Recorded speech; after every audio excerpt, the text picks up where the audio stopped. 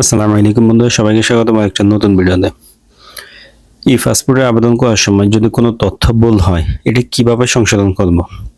অর্থাৎ আমার এনআইডি, বর্তমান পাসপোর্ট সবই ঠিক আছে, 100% মিল আছে, কিন্তু আমি আবেদন করার সময় যে কোনো একটা ভুল করছি। হইতে পারে ঠিকানা কোনো কিছু, অথবা আমার পেশা, অথবা আমার নামের একটা অক্ষর, যে কোনো কিছু ভুল হইলে এই ভুলটা কিভাবে সংশোধন করবেন আজকের ভিডিওতে আপনাদেরকে এটাই বলে দিব। আমি জানি এই বিষয়টা অনেকেই খুঁজছেন, আমি নিজেও খুঁজছি। আমি খুঁজতে গিয়ে অফিসিয়ালি ওয়েবসাইট থেকে যে তথ্যটা পাইছি এবং কি যেভাবে আমার একটা ভুল আমি সংশোধন করছি, ওই অভিজ্ঞতাটা আপনাদের সাথে শেয়ার করলাম। ইনশাল্লাহ এভাবে চেষ্টা করলে আপনার পাসপোর্টে ভুল আসবে না এবং কি আপনি নতুন পাসপোর্ট আসার আগে এটা সংশোধন করতে পারবেন না। অফিসিয়াল নিয়ম কি এটা আপনাদেরকে দেখাই দিব, তাই সম্পূর্ণ ভিডিওটা দেখবেন। আর চ্যানেলে যারা এখনো সাবস্ক্রাইব করেননি, এই ধরনের আপডেট সবসময় পাওয়ার জন্য চ্যানেলে সাবস্ক্রাইব করে রাখবেন।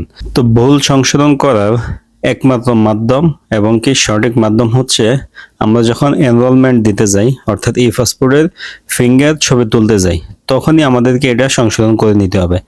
স্ক্রিনে আপনার ছবিটা দেখেন, এই পাসপোর্টের ওয়েবসাইটে বলা আছে আপনি যখন আবেদন করবেন, আবেদন সাবমিট করার পরে আপনার কোনো ডেটা ভুল হইলে আপনি কিন্তু এটা অনলাইন থেকে আর সংশোধন করতে পারবেন না।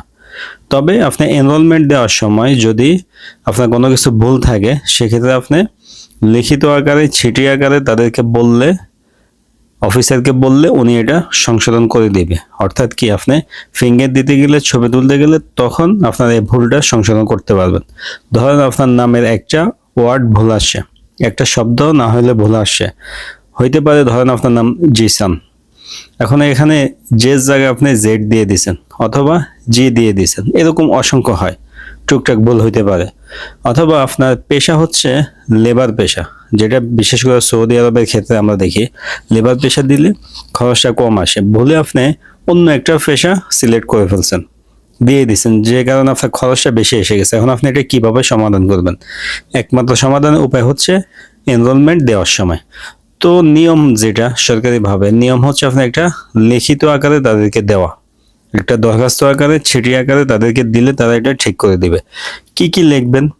একটা দরখাস্ত আমি ডেসক্রিপশনে দিয়ে দিব, ওটা কপি করে আপনারা চাইলে প্রিন্ট করে নিতে পারেন অথবা দেখে দেখে ওইভাবেও লিখতে পারেন, যেটা আমি ডেসক্রিপশনে দিয়ে রাখবো। অবশ্যই অবশ্যই যাদের এই ধরনের ভুল হয় বা আপনার আশেপাশে বন্ধু বান্ধব, ফ্রেন্ড সার্কেলের মধ্যে কারো যদি ভুল হয়, অবশ্যই এই সিস্টেমটা আপনারা ফলো করবেন। যখন এনরোলমেন্ট ফিঙ্গার ডেট হবে, ডেটে যাওয়ার আগে আপনারা লিখিত একটা দরখাস্ত লিখবেন। দরখাস্ত কি লিখবেন? বরাবর আপনার জেদ্দা কনসুলেট অথবা আপনার জেলায় যে পাসপোর্ট অফিস আছে, এই অফিসের উদ্দেশ্যে লিখবেন।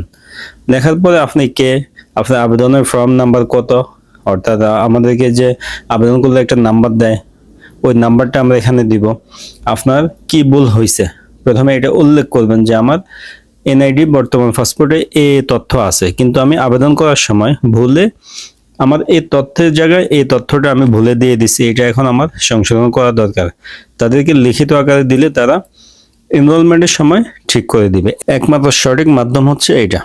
যদি কেউ এই পাসপোর্টে আবেদন করার সময় ভুল করে, ভুলটা সমাধান করার, সংশোধন করার উপায় হচ্ছে এটা। এটা আমার কথা না, কারো কথা না, এটা একদম অফিসিয়াল ওয়েবসাইটের কথা বা আপনার পাসপোর্ট মন্ত্রণালয় থেকে এটা বলার কথা। এই সুযোগটা দিয়ে থাকে, অন্য কোনো সুযোগ নেই। নতুন একটা পাসপোর্ট করবেন ঠিক করে, অথবা কোনো সিস্টেমে ঠিক করবেন, এগুলো কিছুই নেই। আপনি আবেদন করছেন, ভুল হয়ে গেছে, পরে ফর্মে দেখতেছেন কোনো কিছু ভুল আসছে, তখন আপনি এটা লিখিত আকারে পাসপোর্ট অফিসারকে জানাবেন, উনি এটা ঠিক করে দেবে। অবশ্যই লিখিত আকারে আপনার কি ভুল হয়েছে এবং কি আপনি কি দিতে চান, ওইটা ওই চিঠিতে, দরখাস্ততে উল্লেখ করে দিতে হবে। উল্লেখ করে দিলে ওনারা ইন্ডেক্স করার সময় আপনার এটা ঠিক করে দিবে। আপনি যদি তখনও না দেন, তাহলে কিন্তু আপনার পাসপোর্টে ভুল চলে আসবে, পরবর্তীতে আপনি ঝামেলা পড়ে যাবেন। তখন পাসপোর্ট কিন্তু আর সংশোধন করতে পারবেন না, হয়তো আপনাকে নিবন্ধন না হলে এনআইডি বর্তমান পাসপোর্টের মতো করে নিতে হবে। তো বন্ধু, আশা করতেছি আপনারা বুঝতে পারছেন ই পাসপোর্টের আবেদনের সময় যদি কোনো ভুল আসে, ফর্মের মধ্যে আমি ভুল দেই অনলাইনে আবেদন করার সময়, কিভাবে এটা সমাধান করতে পারি। ইনশাল্লাহ এভাবে চেষ্টা করলে সবাই সবার সমস্যাটা সমাধান করতে পারবেন, আর কোনো ওয়ে নাই। এর জন্য কোনো বাড়তি টাকাও লাগে না, দৌড়াদৌড়ি করতে হয় না, কিছু না।